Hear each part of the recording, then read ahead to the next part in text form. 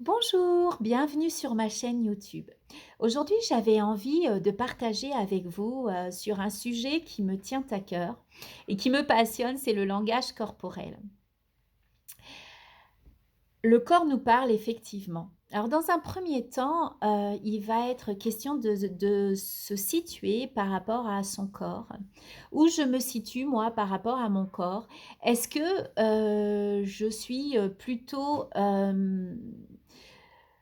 tellement prise par mon mental que je ne laisse plus de place à mon corps et que je ne m'en soucie guère?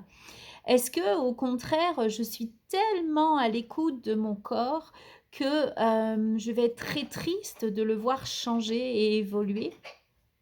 Ou est-ce que, finalement, je me trouve dans cette voie du milieu où, je prends, soin de mon corps?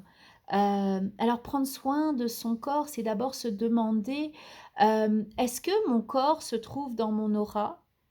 Est-ce que mon âme est dans ce corps?»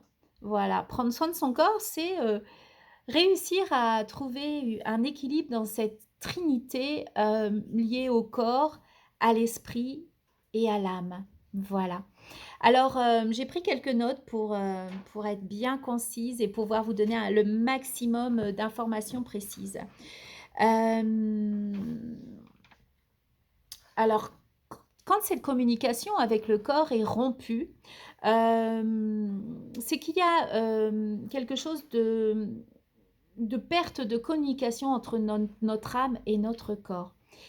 Et notre corps va nous le faire sentir de différentes façons, avec des douleurs, des pathologies, voilà.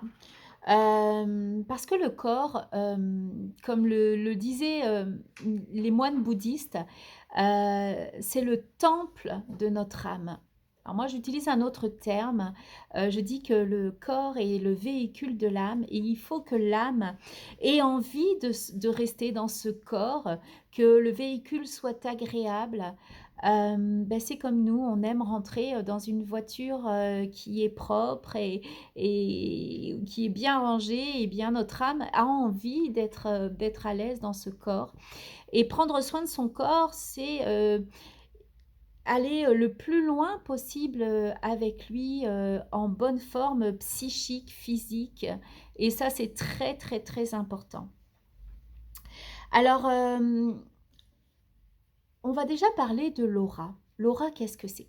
L'aura, c'est le prolongement énergétique, de tout corps physique. Chaque corps physique, matériel ou immatériel, dégage des énergies.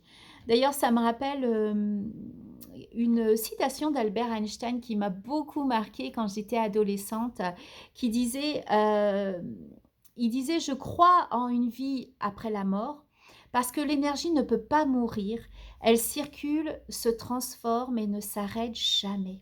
Voilà. Et donc notre aura, c'est cette énergie et cette énergie, elle va avoir, 3 couches. Alors la couche qui va être la plus près de notre corps, ça va être la couche physique. Ensuite, on va passer à la couche émotionnelle et ensuite à la couche psychique ou spirituelle. Alors, lorsque, tout va bien, qu'on évolue dans un milieu qui nous convient, qu'on est heureux et bien cette aura, elle va vraiment, rayonner, on va être bien dans sa peau.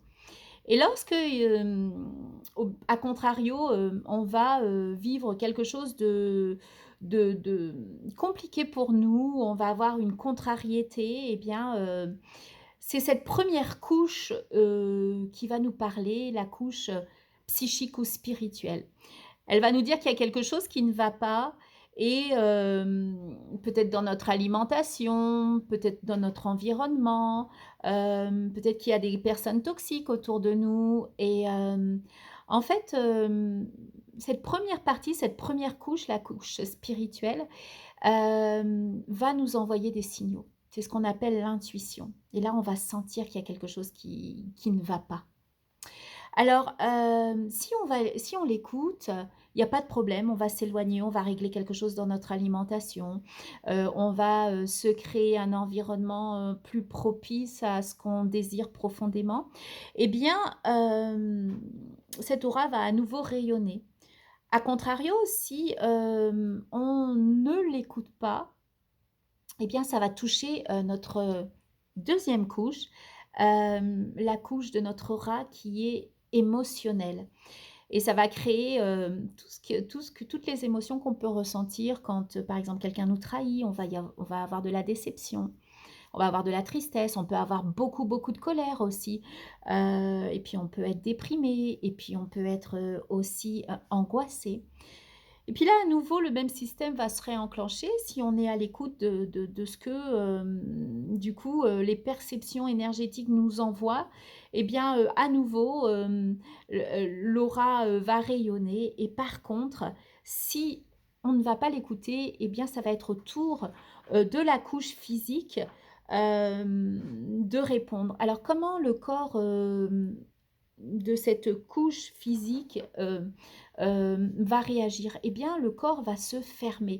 C'est-à-dire qu'on va être tendu, nos muscles vont vraiment être tendus, nos mâchoires vont être serrées, hem, on va avoir, voilà, des tensions musculaires dans le corps. Et là, lorsqu'on ressent ça, c'est que nos, 3 couches sont touchées. Donc le corps va réagir en se fermant. Et puis si, on arrive à analyser et qu'on se dit: «Bon, OK, j'ai ressenti, déjà, quelque chose qui m'a dit: "Attention, c'est pas bon pour toi"». Émotionnellement, ça m'a provoqué quelque chose, j'ai été triste et maintenant je sens dans mon corps que ça va pas. Qu'est-ce que je fais?» Et si on décide d'agir à ce moment-là, de se débarrasser de ce qui est toxique, de pouvoir analyser pourquoi notre corps est si tendu et qu'est-ce qui a provoqué ça, eh bien, à nouveau, cette aura, va rayonner. Par contre, si à nouveau on ne l'écoute pas, eh bien, ça va se transformer en pathologie. En fait, il y a tout un circuit et cette aura, est vraiment là, pour nous protéger. On va par exemple, avoir, des problèmes dermatologiques qui sont dus au stress. Qu'est-ce que ça veut dire les problèmes, dermatologiques? Eh bien, tout simplement, il y a quelque chose qui me colle à la peau, qui ne me convient pas.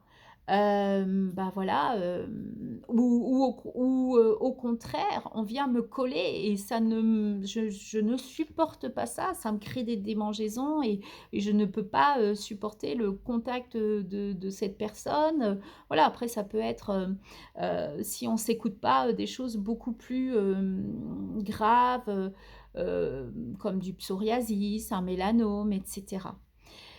Et puis, il faut savoir que le corps est latéralisé et que chaque côté correspond à quelque chose qu'on vit. Alors, on va avoir le côté droit. Le côté droit va correspondre, à tout ce qui fait partie de l'action. C'est le côté yang, c'est notre, pouvoir, masculin. Même chez les femmes, on a tous un yin et un yang. On a tous un côté yin et un côté yang, c'est-à-dire qu'on a tous une partie masculine et une partie féminine dans nos énergies, hein, on est un tout.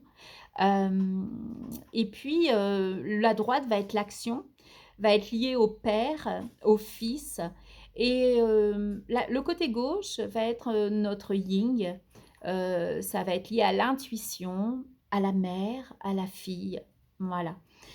Par exemple, on va, avoir quelque chose au niveau du sein et bien, avoir, un kyste au sein, avoir quelque chose au sein, c'est toujours lié, à sa relation, soit avec sa mère, soit avec sa fille. Voilà. La hanche, elle, va correspondre, à de l'indécision, de la peur, peur d'aller de l'avant, peur de dépasser quelque chose qui nous convient plus, une situation présente ou passée. Voilà. Puis on peut aller comme ça, faire, tout le corps. Alors je vais vous donner, quelques l'estomac par exemple, ça va être, quelque chose, que je ne vais pas digérer. Qu'est-ce qui se passe qui fait que, je n'ai pas digéré, ce qu'on m'envoie, je ne digère pas et je n'arrive pas à aller de l'avant, et je rumine une situation de difficulté et c'est problématique donc ça va être lié à tout. Après, en fonction de un ulcère de l'estomac ne va pas être interprété, comme, une gastrite ou voilà, après c'est tout le tube digestif, l'œsophagite et cetera. Par exemple, quand on a un problème au niveau des reins, c'est une peur concernant sa survie ou la survie, de quelqu'un qu'on aime. On a peur de perdre quelque chose ou on a peur de perdre quelqu'un. Le foie, on va parler du foie. Hem, le foie, lui, il va essentiellement parler de soucis, d'inquiétudes, de colère refoulée, de peur, inexprimée, d'humiliation, d'incompréhension, face à une situation, parfois qui date vraiment de l'enfance ou, actuelle. Donc, voilà. Je rajouterai, donc je vais arrêter pour, mais si vous avez envie que je vous fasse une vidéo où je parle de, tous les organes du corps avec la correspondance, n'hésitez pas à me laisser un petit commentaire, ce sera avec grand plaisir. Après, j'aimerais aussi parler, bien sûr, en étant psychogénéalogiste, de ce côté, qui est lié, à, l'épigénétique et de douleurs, qu'on va avoir de nos ancêtres, enfin, que nos ancêtres nous transmettent. Et ça rentre également en ligne de compte. Mais de la même façon, ça va aller toucher notre aura. Et si on est capable de l'entendre, ça ne va pas du tout toucher notre corps physique. Donc voilà. Quand on a les signaux et que on se dit il se passe quelque chose, je sens que dans cette situation il y a quelque chose qui se passe, il y a de la répétition dans mon arbre, etc. Il est bien de se rapprocher d'une psychogénéalogiste pour aller vérifier son ressenti. Voilà. Eh bien, j'ai été ravie de passer ce petit moment avec vous. J'espère que cette vidéo vous a plu. Je vous souhaite une très belle soirée et je vous dis à très bientôt. Merci. Au revoir.